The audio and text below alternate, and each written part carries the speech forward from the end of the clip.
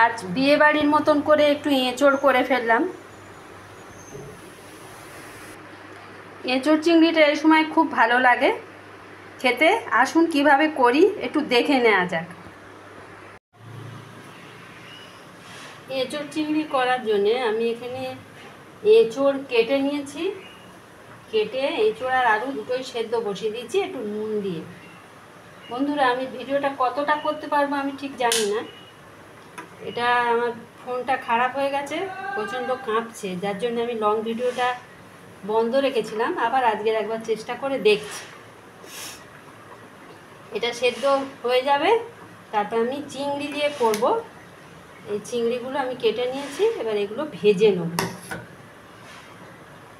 এঁচোড়টা সেদ্ধ হয়ে গেছে, এবার এগুলো আমি ছেঁকে নেব। এবার একটা কড়াই বসে দিলাম, ওতে তেল দিয়ে দিচ্ছি। আমি সাদা তেলেই করছি, রিফাইনে।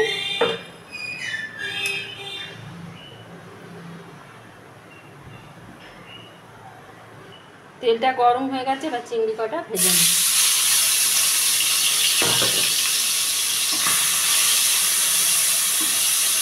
চিংড়িগুলো ভাজা হয়ে গেছে, এবার আমি এগুলো তুলে নেব।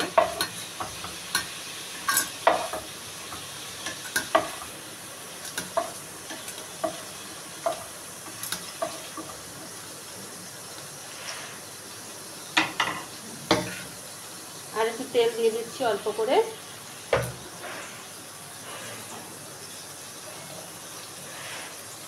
দুটো তেজপাতা দিয়ে দিচ্ছি, একটা পেঁয়াজ দিয়ে দিলাম।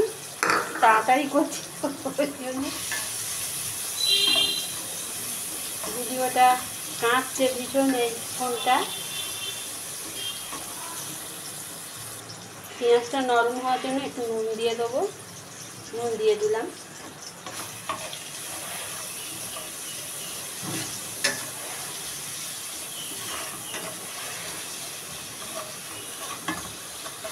তেলেতে একটু চিনি দিয়ে দিচ্ছি। চিনি আর নুনটা দিলাম, আবার পরে দেখে দেবো। এই তেলেতে চিনিটা দিলে তরকারির রঙটা খুব ভালো হয়। টমেটো তো দেবেন।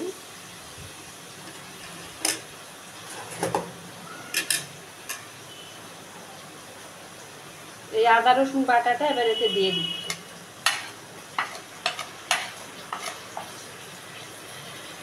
তার সাথে হলুদটা দিয়ে দিচ্ছি।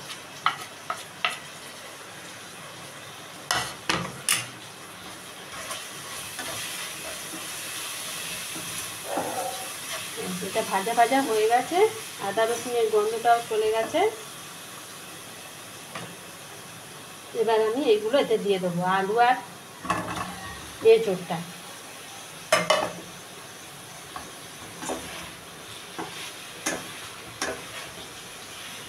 ভালো করে কষবো।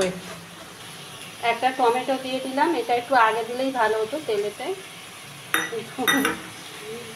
এই ক্যামেরাটা কাঁপছে বলে আমার কি মাথা কাজ করছে না। এখন দিয়ে দিলাম। এইবার এতে ধনে, জিরে আর শুকনো লঙ্কা গুঁড়ো আর কাঁচা লঙ্কা কয়েকটা আছে, সব দিয়ে দেবো একসঙ্গে। দিয়ে বেশ কিছুক্ষণ একটু কষে নেব।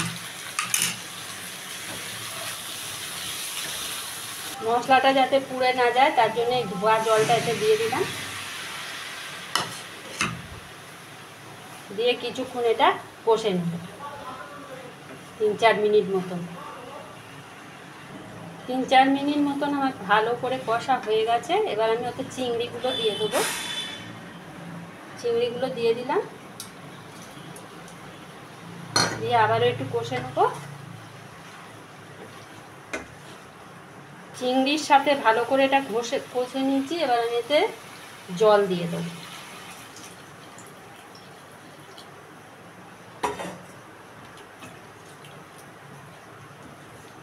জল দিয়ে একটা ঢাকা দিয়ে 3-4 মিনিট ফুটতে দেবো।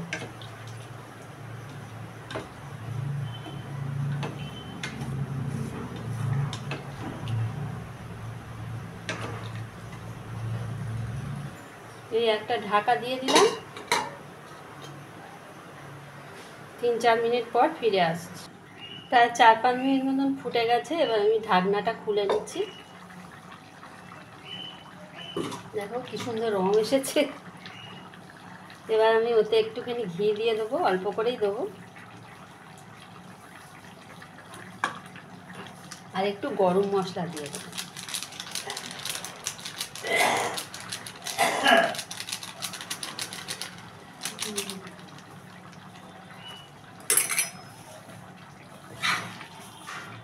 ভালো করে নেড়ে এটা আমি ঢাকা দিয়ে রাখবো কিছুক্ষণ। গরম মশলা ঘিটা গরমটা তরকারির সঙ্গে বেশ গন্ধটা সেট হবে। ঢাকা দিয়ে রাখবো। গ্যাসটা অফ করে দিলাম।